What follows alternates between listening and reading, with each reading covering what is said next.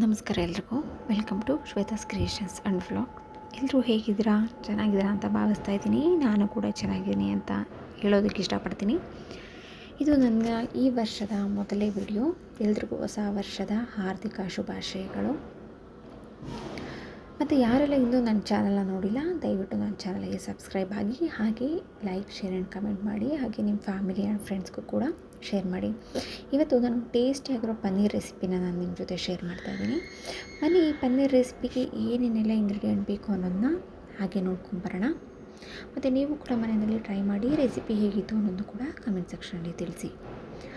ಮೊದಲಿಗೆ ನಾನು ಇಲ್ಲೊಂದು 200 ಗ್ರಾಮ್ನಷ್ಟು ಪನ್ನೀರ್ ತೊಗೊಂಡಿದ್ದೀನಿ. ಇದನ್ನು ಚಿಕ್ಕ ಚಿಕ್ಕ ಕ್ಯೂಬ್ಗಳಾಗಿ ನಾನು ಇವಾಗ ಕಟ್ ಮಾಡ್ಕೊತಾ ಇದ್ದೀನಿ. ಇದನ್ನು ಕಟ್ ಮಾಡ್ಕೊಂಡ ನಂತರ ಇದನ್ನ ಒಂದು ಬೌಲಲ್ಲಿ ಹಾಕಿ ಸ್ವಲ್ಪ ಉಪ್ಪು, ಹಸಿಮೆಣಸಿನ್ಕಾಯಿ ಪುಡಿ, ಹಾಗೆ ಸ್ವಲ್ಪ ಅರಿಶಿನ ಸೇರಿಸಿ ಈ ಥರ ಕೋಟ್ ಮಾಡ್ಕೊತಾ ಇದ್ದೀನಿ.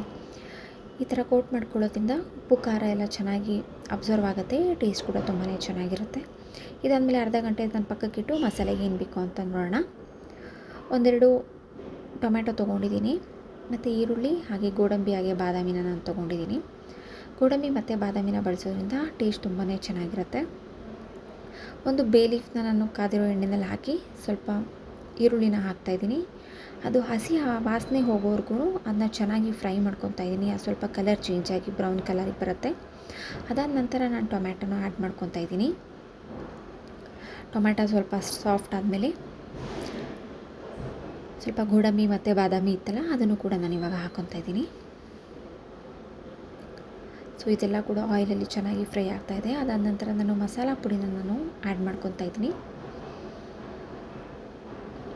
ಸ್ವಲ್ಪ ಕೊತ್ತಂಬರಿ ಹಾಕ್ತಾಯಿದ್ದೀನಿ. ಇದು ಇಲ್ಲಿಗೆ ಮಸಾಲಾಗೆ ಏನೇನು ಬೇಕೋ ಅದು ರೆಡಿಯಾಗಿದೆ.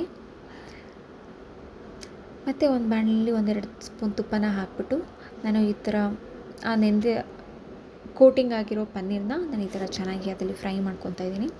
ಈ ಥರ ಫ್ರೈ ಮಾಡ್ಕೊಳ್ಳೋದ್ರಿಂದ ಟೇಸ್ಟ್ ತುಂಬಾ ಚೆನ್ನಾಗಿರುತ್ತೆ, ಮತ್ತು ಪನ್ನೀರು ಹೊಡೆಯೋದಿಲ್ಲ. ಹಾಗಾಗಿ ನಾನು ಈ ಥರ ಮಾಡ್ಕೊತೀನಿ. ಅದಾದ ನಂತರ ಸ್ವಲ್ಪ ಎಣ್ಣೆ ಕಾಯಕ್ಕೆ ಸ್ವಲ್ಪ ಸಣ್ಣದಾಗಿ ಹಚ್ಚಿರೋ ಈರುಳ್ಳಿನ ಹಾಕಿದ್ದೀನಿ. ಸ್ವಲ್ಪ ಚೆನ್ನಾಗಿ ಎಣ್ಣೆಯಲ್ಲಿ ಬೆಂದಾದಮೇಲೆ ನಾನು ರುಬ್ಕೊಂಡಿರೋ ಮಸಾಲನ ನಾನು ಇದರಲ್ಲಿ ಆ್ಯಡ್ ಮಾಡ್ಕೊತಾ ಇದ್ದೀನಿ. ಅದಾದ ನಂತರ ಕಲರ್ಗೆ ಸ್ವಲ್ಪ ಹಸಿಮೆಣಸಿನ್ಕಾಯಿ ಪುಡಿ ಹಾಕ್ತಾಯಿದ್ದೀನಿ.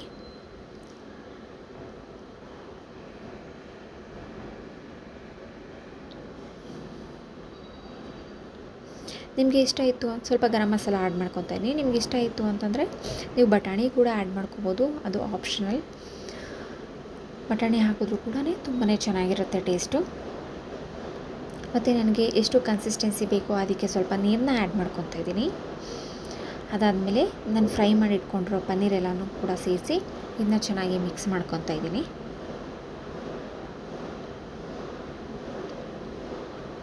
ನೋಡಿ, ಕನ್ಸಿಸ್ಟೆನ್ಸಿ ಇವಾಗ ಕರೆಕ್ಟಾಗಿದೆ.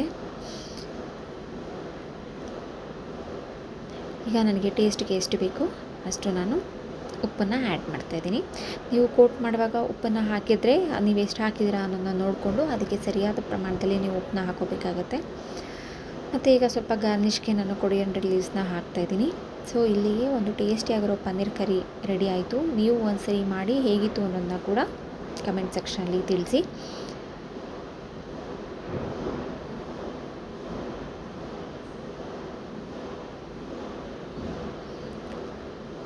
ಇದು ಪೂರಿ ಹಾಗೆ ಚಪಾತಿ ಜೊತೆನೂ ಕೂಡ ನೀವು ಮಾಡ್ಕೊಬೋದು, ತುಂಬಾ ಚೆನ್ನಾಗಿರುತ್ತೆ.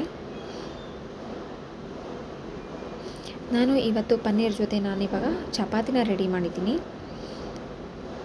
ಈ ಥರ ಪೂರಿ ಥರ ಚೆನ್ನಾಗಿ ಉಬ್ಬಿದೆ, ಕಲರ್ ಕೂಡ ತುಂಬಾ ಚೆನ್ನಾಗಿದೆ, ಹಾಗೆ ಟೇಸ್ಟು ಕೂಡ ಹಾಗೆ ಚೆನ್ನಾಗಿತ್ತು.